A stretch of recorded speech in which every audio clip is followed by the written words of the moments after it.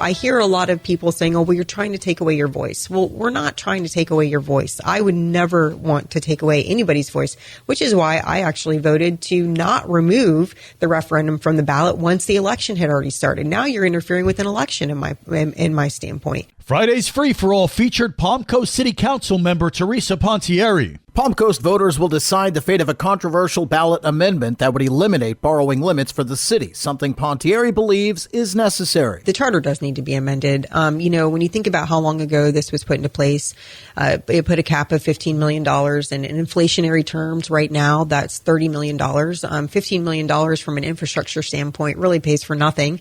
But not only am I concerned about infrastructure, but when you talk about Palm Coast being a corporation, you're right. And corporations need to invest.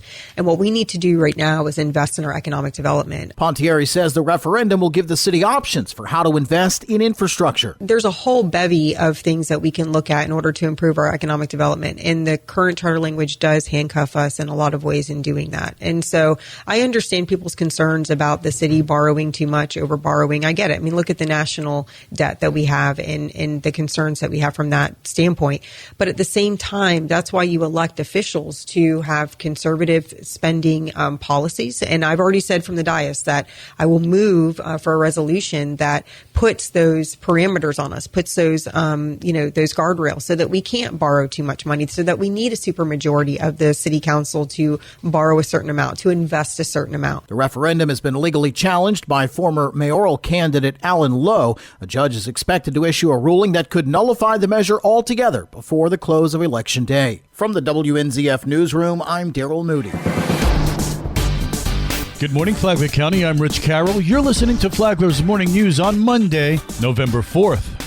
Governor Ron DeSantis has appointed Derek Bars, the former Florida Highway Patrol Troop Commander-in-Chief, who originally lost the school board race in August to Janie Ruddy by 290 votes. Then member Sally Hunt resigned a month after the primary. Bars tells WNZF he's anxious to be a part of the education team. I'm here to just finish out the term from the previous board member that had that, and hopefully we'll be able to all work together and bring a lot of the things that we talked about during the campaign to the board in this particular seat as we work together and have some unity and hopefully be able to have open and respectful communication that we all want and what's best for our students in Flagler County. When asked about partisanship, Bars had this to say. I will revert back to always saying that we need to make sure that we're doing and making decisions and policies that are going to be best suited for our school district and ultimately what's going to be best for our students. And adds differing ideology should be viewed with respect. I think sometimes we get, attacking individuals where we need to be attacking problems and issues that we need to be working out. Bars concludes saying parents must continue to make the best choices for their children's education, especially in Flagler County. This local news is a service of Flagler County's Toyota dealer, Beaver Toyota US 1 St. Augustine, here to wow you. The Veterans Day celebration in Flagler County will feature a special guest and more. The Flagler County Board of County Commissioners, the City of Bunnell, and the City of Palm Coast invite residents to gather for a blended Veterans Day ceremony at 10 a.m. Monday, November 11th at the historic City Hall in Bunnell. Veterans Services Officer David Leiden. The Grand Marshal for the parade is Captain Randy Stapleford, United States Navy. He is the current Veteran of the Year as well. He'll be our keynote speaker. At that ceremony, we're going to recognize and announce who our 2024 Veteran of the Year is. We'll have Vince Cautero performing God Bless the USA.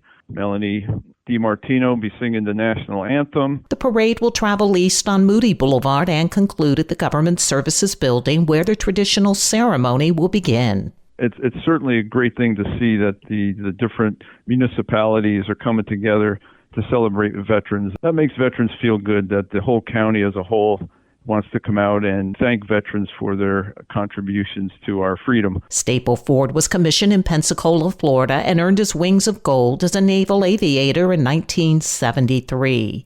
In 2021, he was appointed by Governor Ron DeSantis and currently serves as a commissioner of the Florida Inland Navigation District representing Flagler County. Parade information is available at the website flaglerveteransdayparade.com and includes registration details for the after-parade lunch. I just hope everybody can come out and just have a great time. For Flagler's Local Morning News, I'm Karen Johnson.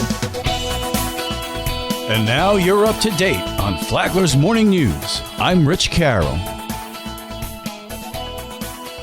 And now, Mike Lee Show with your WNZF local sports update. The Potato Bowl is the biggest sporting event of the year in Flagler County. Sparks were flying from the start. Prosek runs up. Line drive kick. That's going to be fielded by Simmons at the 4. He's up the left side, up the left hash. He's got a seam. He's got some room. He's out to midfield. Breaks the tackle. He could and will go 96 yards. And FPC leads. Braylon Simmons puts FPC up 6-0. The Pirates responded. They set up the screen for Shendorf. He's looking downfield. He's got a man wide open. It's Andrew Bass. 10-5. Touchdown, and we are tied at 6. That is one of the great play calls I have seen in years. Wide receiver Jordan Shendorf finds Andrew Bass on a trick play to give Matanzas a 7-6 lead. After the kickoff, Bulldog offensive coordinator Jake Medlock reached into his own bag of tricks. Play action sets up the screen to Braylon Simmons. It's a flea flicker. Looking down the field. Mikhail Zizek. He's gone the other way. 65 yards. Hayes and Zizek connect for the first of their 2 touchdowns. After a Pirate punt, the Bulldogs jumped on the baby bus. Marcus Mitchell makes it 20-7 with the first of his 2 scores. DJ Harris scored on a 2-yard Pirate touchdown to cut the lead to 20-14. But Braylon Simmons proved too much for Matanzas, scoring on the next 2 drives. Marcus Mitchell punched in touchdown number 2 before the half, and FPC led 40-14 at the break. In the third, the Pirates mounted a 13-play, 71-yard drive, capped by another trick play pass from Shendorf, this time to Ladarian Baker, who had 10 catches, and the Pirates trailed 40-20 going into the fourth. The Hayden Hayes show was just beginning, finding Robbie Daly and Mikhail Zizek again to extend the lead to 54-20. Hayes found Simmons one more time, and Malik Joseph picked off a Pirate pass for a score. Bulldogs win 68-26. Marcus Mitchell had his 14th straight 100-yard game. It's a great way to end off my senior season and win the Potato Bowl. Mitchell was asked if it's more special to score 68 points when it's against the county rival. No, just another game. Braylon Simmons finished with 266 total yards and 4 touchdowns. Mitchell on the sophomore phenom. Oh, what a dog. I love that kid. He's going to be great. FPC needs help, but still has a chance to win a district title Thursday. We'll have that game here on the radio, on the WNZF Facebook page, and the Flagler Radio YouTube channel at 6:45. This is your home for local sports, with updates Mondays and Fridays. From the WNZF Sports Desk, I'm Mike Lucio.